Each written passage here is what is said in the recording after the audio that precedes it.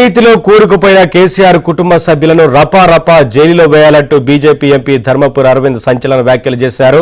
BRS నేతలను CM Revanth తప్పనిసరిగా లోపల వేయించాలన్నారు. ఈసారి బీఆర్ఎస్ కు ఎన్నికల్లో 3 సీట్లు కూడా రావంటూ అరవింద్ జోస్యం చెప్పారు.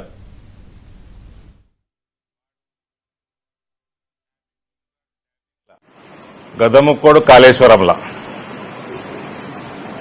లిక్కర్ స్కామ్లా ఇట్లాంటి ఏమనుకున్నారు బిడ్డే. వాడు ట్యాపింగ్ టిల్లుగాడు ట్యాపింగ్లా, ఈ కార్లా, ఈ విద్యుత్ స్తంభం లెక్క పొడుగున్నటోడు విద్యుత్ స్కామ్లా. వీళ్ళని గప్ప గప్ప గప్ప గప్ప గుద్ది రప్ప రప్ప రప్ప రప్ప జైలు వేయాలి. ఫస్ట్ జైలు వేసినాక మళ్ళా రప్ప రప్ప రప్ప రప్ప ఇంకా స్కాములు పెట్టబడతాయి. ఇలా మోకానికి 3 సీట్లు రా వీళ్ళకి తిప్పి కొడతాయి. ఆ కేసీఆర్ నిలబడాడు ముసలోడు నెక్స్ట్ టైం.